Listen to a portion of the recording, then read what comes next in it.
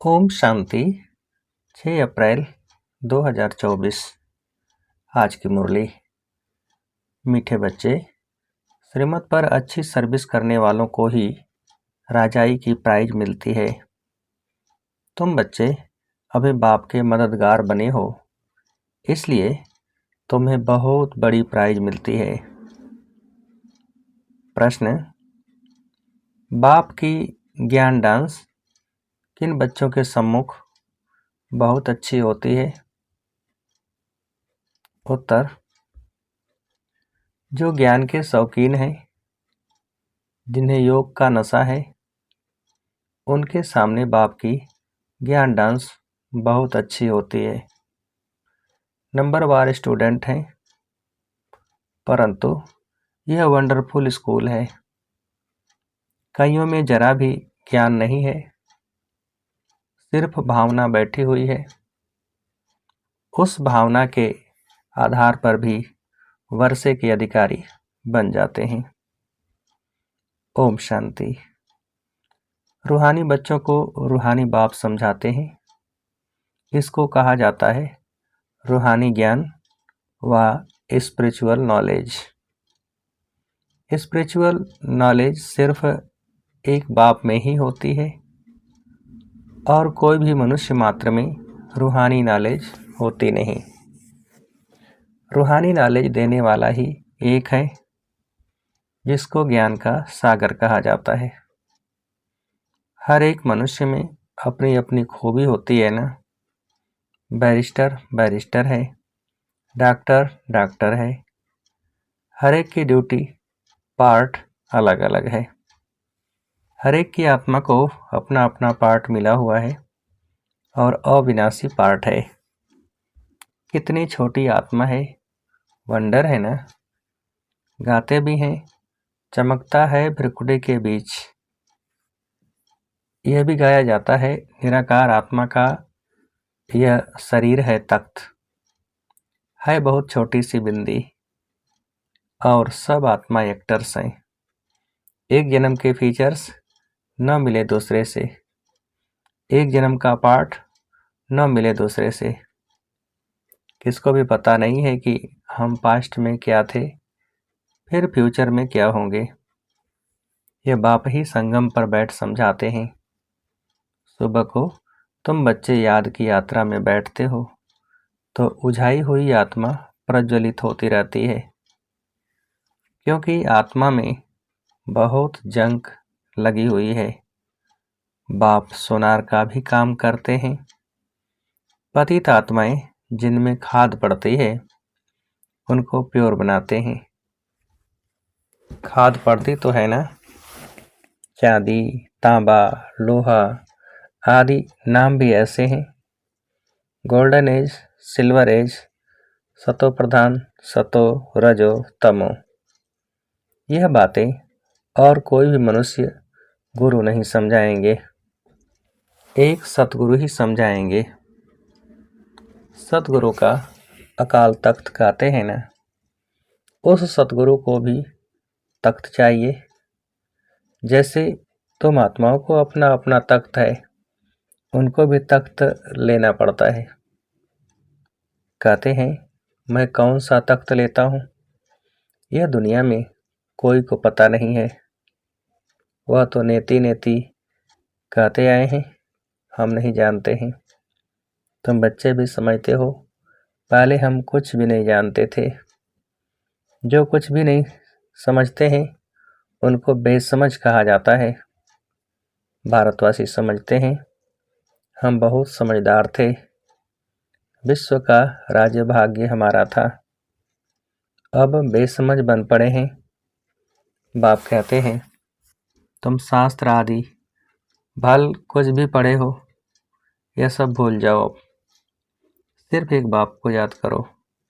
गृहस्थ व्यवहार में भी भल रहो। सन्यासियों के फॉलोअर्स भी अपने अपने घर में रहते हैं। कोई कोई सच्चे फॉलोअर्स होते हैं तो उनके साथ रहते हैं, बाकी कोई कहाँ रहते हैं। तो यह सब बातें बाप बैठ समझाते हैं। इसको कहा जाता है ज्ञान की डांस। योग में तो बिल्कुल शांत रहना होता है, डेड साइलेंस कहते हैं ना, 3 मिनट डेड साइलेंस। परंतु उसका भी अर्थ कोई जानते नहीं। सन्यासी शांति के लिए जंगल में जाते हैं, परंतु वहाँ थोड़े ही शांति मिल सकती है। एक कहानी भी है, रानी का हार गले में। यह मिसाल है शांति के लिए। बाप इस समय जो बातें समझाते हैं वह दृष्टांत फिर भक्ति मार्ग में चले जाते हैं। बाप इस समय पुरानी दुनिया को बदल नई दुनिया बनाते हैं, तमो प्रधान से सतो प्रधान बनाते हैं। यह तो तुम समझ सकते हो। बाकी यह दुनिया ही तमो प्रधान पतित है, क्योंकि सब विकारों से पैदा होते हैं। देवताएं तो विकार से पैदा नहीं होते, उनको कहा जाता है संपूर्ण निर्विकारी दुनिया। वॉइसलेस वर्ल्ड अक्षर कहते हैं, परंतु उनका अर्थ नहीं समझते। तुम ही पूज्य सो पुजारी बने हो। बाबा के लिए कभी ऐसे नहीं कहा जाता। बाप कभी पुजारी बनते नहीं। मनुष्य तो कण कण में परमात्मा कह देते हैं। तब बाप कहते हैं, भारत में जब जब ऐसी धर्मग्लानि होती है, वो लोग तो सिर्फ ऐसे ही श्लोक पढ़ लेते हैं, अर्थ कुछ भी नहीं जानते। वह समझते हैं शरीर ही पतित बनता है, आत्मा नहीं बनती है। बाप कहते हैं, पहले आत्मा पतित बनी है, तब शरीर भी पतित बना है। सोने में ही खाद पड़ती है, तो फिर जेवर भी ऐसे बनता है। परंतु वह सब है भक्ति मार्ग में। बाप समझाते हैं, हर एक में आत्मा विराजमान है। कहा भी जाता है जीव आत्मा। जीव परमात्मा नहीं कहा जाता। महान आत्मा कहा जाता है, महान परमात्मा नहीं कहा जाता। आत्मा ही भिन्न भिन्न शरीर लेते पार्ट बजाती है। तो योग है बिल्कुल साइलेंस। यह फिर है ज्ञान डांस। बाप की ज्ञान डांस भी उन्हों के आगे होगी जो शौकीन होंगे। बाप जानते हैं किसमें कितना ज्ञान है, कितना उनमें योग का भी नशा है। टीचर तो जानते होंगे ना। बाप भी जानते हैं कौन कौन अच्छे गुणवान बच्चे हैं। अच्छे अच्छे बच्चों का ही जहाँ तहाँ बुलावा होता है। बच्चों में भी नंबरवार हैं। प्रजा भी नंबरवार पुरुषार्थ अनुसार बनती है। ये स्कूल अथवा पाठशाला है ना। पाठशाला में हमेशा नंबरवार बैठते हैं। समझ सकते हैं फलाना होशियार है, यह मीडियम है। यहाँ तो यह बेहद का क्लास है, इसमें किसको नंबरवार बिठा नहीं सकते। बाबा जानते हैं हमारे सामने यह जो बैठे हुए हैं, इनमें कुछ भी ज्ञान नहीं है, सिर्फ भावना है। बाकी तो न ज्ञान है न याद है। इतना निश्चय है, यह बाबा है, इनसे हमको वर्षा लेना है। वर्षा तो सबको मिलना है, परंतु राजाई में तो नंबरवार पद हैं। जो बहुत अच्छी सर्विस करते हैं उनको तो बहुत अच्छी प्राइज मिलती है। यहाँ सभी को प्राइज देते रहते हैं। जो राय देते हैं, माथा मारते हैं, उनको प्राइज मिल जाती है। अभी तुम जानते हो विश्व में सच्ची शांति कैसे हो। बाप ने कहा है, उनसे पूछो तो सही कि विश्व में शांति कब थी, कभी सुनी व देखी है। किस प्रकार की शांति मांगते हो, कब थी। तुम प्रश्न पूछ सकते हो, क्योंकि तुम जानते हो जो प्रश्न पूछे और खुद न जानता हो तो उनको क्या कहेंगे। तुम अखबारों द्वारा पूछो कि किस प्रकार की शांति मांगते हो। शांति धाम तो है जहाँ हम सब आत्माएं रहती हैं। बाप कहते हैं, एक तो शांति धाम को याद करो, दूसरा सुख धाम को याद करो। सृष्टि के चक्र का पूरा ज्ञान न होने कारण कितने गपोड़े आदि लगा दिए हैं। तुम बच्चे जानते हो, हम डबल सिरताज बनते हैं। हम देवता थे, अब फिर मनुष्य बने हैं। देवताओं को देवता कहा जाता है, मनुष्य नहीं, क्योंकि दैवी गुणों वाले हैं ना। जिनमें अवगुण हैं वह कहते हैं, मुझ निर्गुण हारे में कोई गुण नहीं। शास्त्रों में जो बातें सुनी हैं वह सिर्फ गाते रहते हैं। अचतम केशवम, जैसे तोते को सिखलाया जाता है, कहते हैं, बाबा आकर हम सबको पावन बनाओ। ब्रह्मलोक को वास्तव में दुनिया नहीं कहेंगे, वहाँ तुम आत्माएं रहती हो। वास्तव में पार्ट बजाने की दुनिया यही है, वह है शांति धाम। बाप समझाते हैं, मैं बैठ, तुम बच्चों को अपना परिचय देता हूँ। मैं आता ही उसमें हूँ जो अपने जन्मों को नहीं जानते। यह भी अभी सुनते हैं, मैं इनमें प्रवेश करता हूँ। पुरानी पतित दुनिया रावण की दुनिया है। जो नंबर 1 पावन था वही फिर नंबर लास्ट पतित बना है। उनको अपना रथ बनाता हूँ। फर्स्ट शो लास्ट में आया है, फिर फर्स्ट में जाना है। चित्र में भी समझाया है, ब्रह्मा द्वारा मैं आदि सनातन देवी देवता धर्म की स्थापना करता हूँ। ऐसे तो नहीं कहते हैं देवी देवता धर्म में आता हूँ। जिस शरीर में आकर बैठते हैं वही फिर जाकर नारायण बनते हैं। विष्णु कोई और नहीं है। लक्ष्मी नारायण अथवा राधे कृष्ण की जोड़ी कहो। विष्णु कौन है यह भी कोई नहीं जानते हैं। बाप कहते हैं, मैं तुमको वेदों, शास्त्रों, सब चित्रों आदि का राज समझाता हूँ। मैं जिसमें प्रवेश करता हूँ वह फिर यह बनते हैं।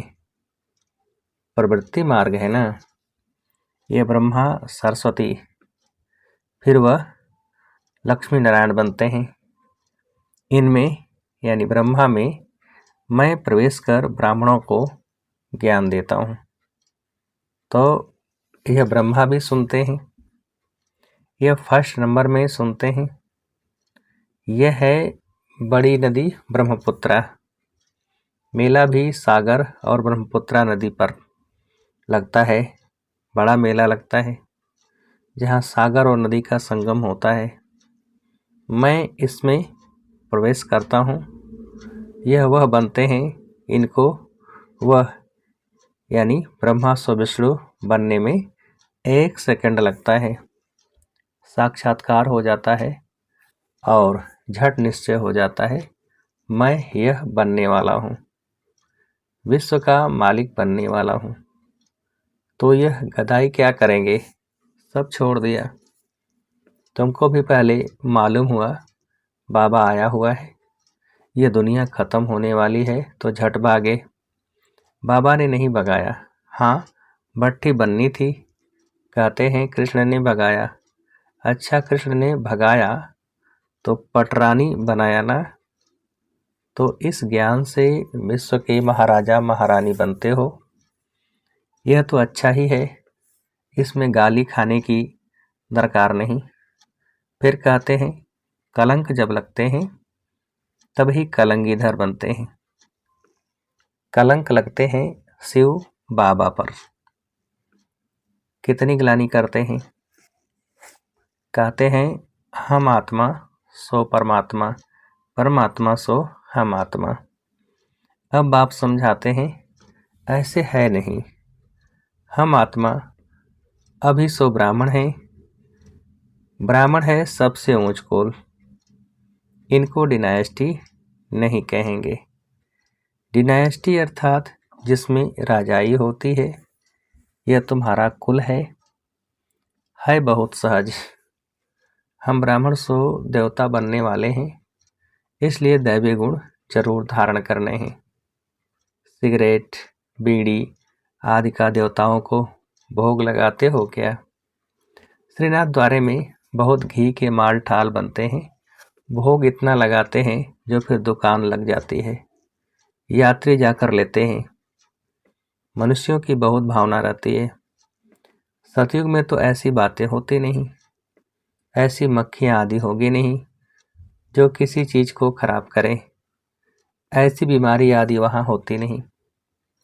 बड़े आदमियों के पास सफाई भी बहुत होती है, वहाँ तो ऐसी बातें ही नहीं होती, रोग आदि होते नहीं। यह सब बीमारियाँ द्वापर से निकलती हैं। बाप आकर तुमको एवर हेल्दी बनाते हैं। तुम पुरुषार्थ करते हो बाप को याद करने का, जिससे तुम एवर हेल्दी बनते हो। आयु भी बड़ी होती है।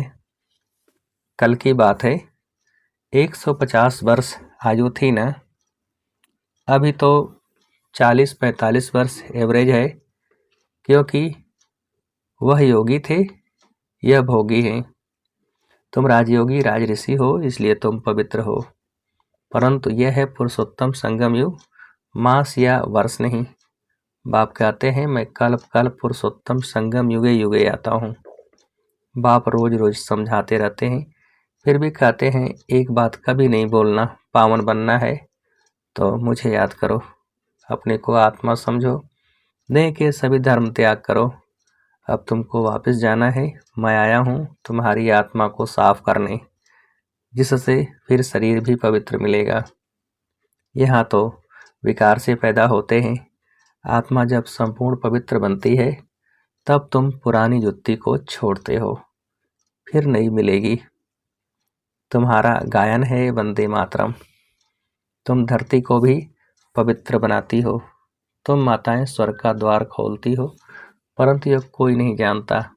अच्छा, मीठे मीठे से खिलते बच्चों प्रति माता पिता बाप दादा का याद प्यार और गुड मॉर्निंग। रूहानी बाप के रूहानी बच्चों को नमस्ते। हम रूहानी बच्चों की रूहानी बाप को नमस्ते। धारणा के लिए मुख्य सार, पहली पॉइंट, आत्मा रूपी ज्योति को प्रज्वलित करने के लिए सवेरे सवेरे याद की यात्रा में बैठना है। याद से ही जंक निकलेगी। आत्मा में जो खाद पड़ी है वह याद से निकाल सच्चा सोना बनना है। दूसरी पॉइंट, बाप से ऊंच पद की प्राप्ति लेने के लिए भावना के साथ साथ ज्ञानवान और गुणवान भी बनना है, सर्विस करके दिखाना है। वरदान, चलन और चेहरे से पवित्रता के श्रृंगार की झलक दिखाने वाले श्रृंगारी मूर्त भव। विस्तार, पवित्रता ब्राह्मण जीवन का श्रृंगार है। हर समय पवित्रता के श्रृंगार की अनुभूति चेहरे व चलन से औरों को हो। दृष्टि में, मुख में, हाथों में, पाँवों में सदा पवित्रता का श्रृंगार प्रत्यक्ष हो। हर एक वर्णन करे कि इनके फीचर्स से पवित्रता दिखाई देती है। नैनों में पवित्रता की झलक है, मुख पर पवित्रता की मुस्कुराहट है और कोई बात उन्हें नजर न आए।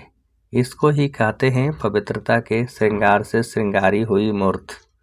स्लोगन, व्यर्थ संबंध संपर्क भी अकाउंट को खाली कर देता है, इसलिए व्यर्थ को समाप्त करो। व्यर्थ संबंध संपर्क भी अकाउंट को खाली कर देता है, इसलिए व्यर्थ को समाप्त करो। अच्छा, ओम शांति।